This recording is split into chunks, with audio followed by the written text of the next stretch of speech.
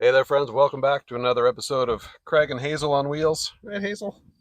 I'm just kidding. It's your usual Goonies, Craig and Holly. Holly, where are we off to this episode? This episode, we're hanging out in California's wine country, and then we're heading back to the coast. So stay tuned. There's more on Goonies too.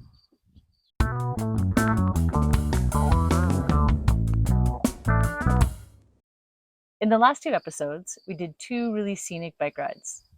In this episode, we take a different approach. We have a good time, we relax, we try some wine, we hit up wine country, first off in Hopland, and then down to a really cool little winery just south of Sonoma, and then on to the coast and to a really nice meal and lovely spot right on the coast in Jenner.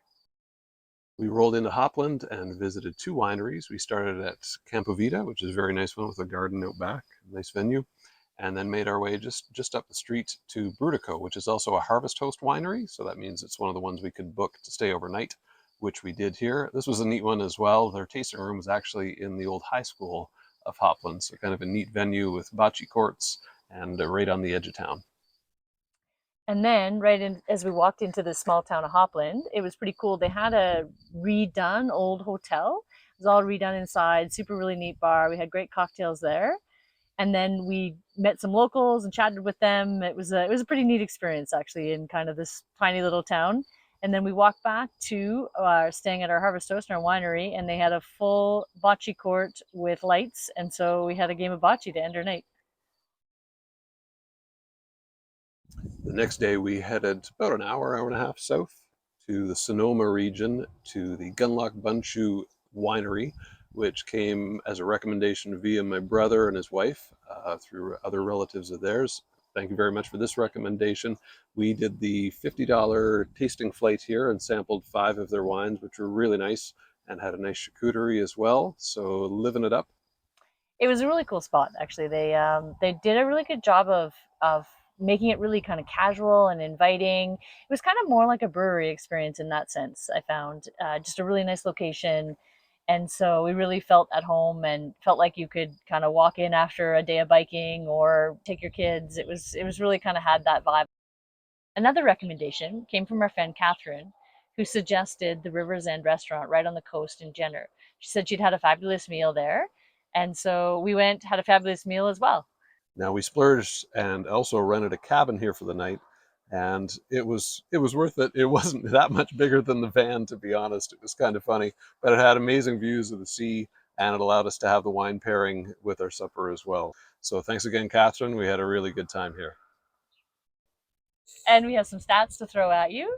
We have just about 14,000 kilometers and two mice. Ah, yes, took a big chomp out of our tomato.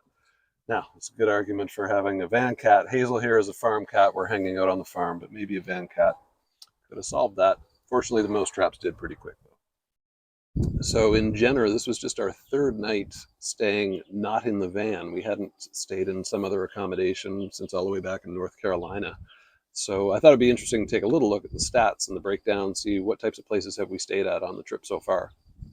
So we've done the most amount of nights in private campgrounds, actually. So that's 26 nights. And some of those have been longer stays, like the Moab, we stayed for a week and got kind of the discount week.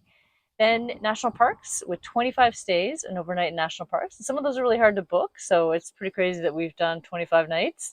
And then 22 nights in state parks and national forests. And some of these have been super cute, super pretty. Some of our highlights really from these parks.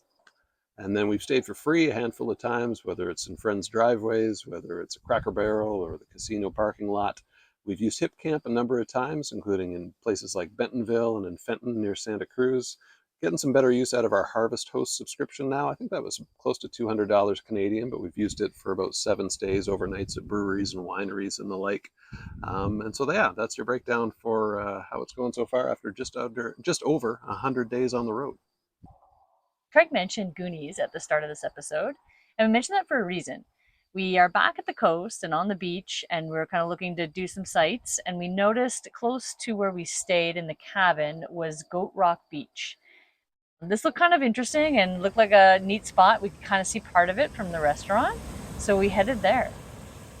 Now, when we clicked on the reviews for this beach, I really enjoyed this one. It said, This unique spot is so photogenic, the final scene from Goonies was filmed here. And I just love that phrasing because if anything is a judgment of what is great, it would be choices made by the film crew of the Goonies. And so we got there, and it was indeed pretty scenic, a pretty good spot to shoot the final scene of your movie. And funny enough, in a few episodes here, you're going to find us at the last blockbuster in the world looking for a copy of the Goonies. Will we have any luck? If there was ever a reason to hit like and subscribe, I think this is it. This is quality content, folks. Now, before we get to Oregon, we're actually not done with California just yet. Where are we off to next? Next, we continue north in California along the coast, and we stop at some really unique beaches. One, in fact, was literally a dump in the 60s.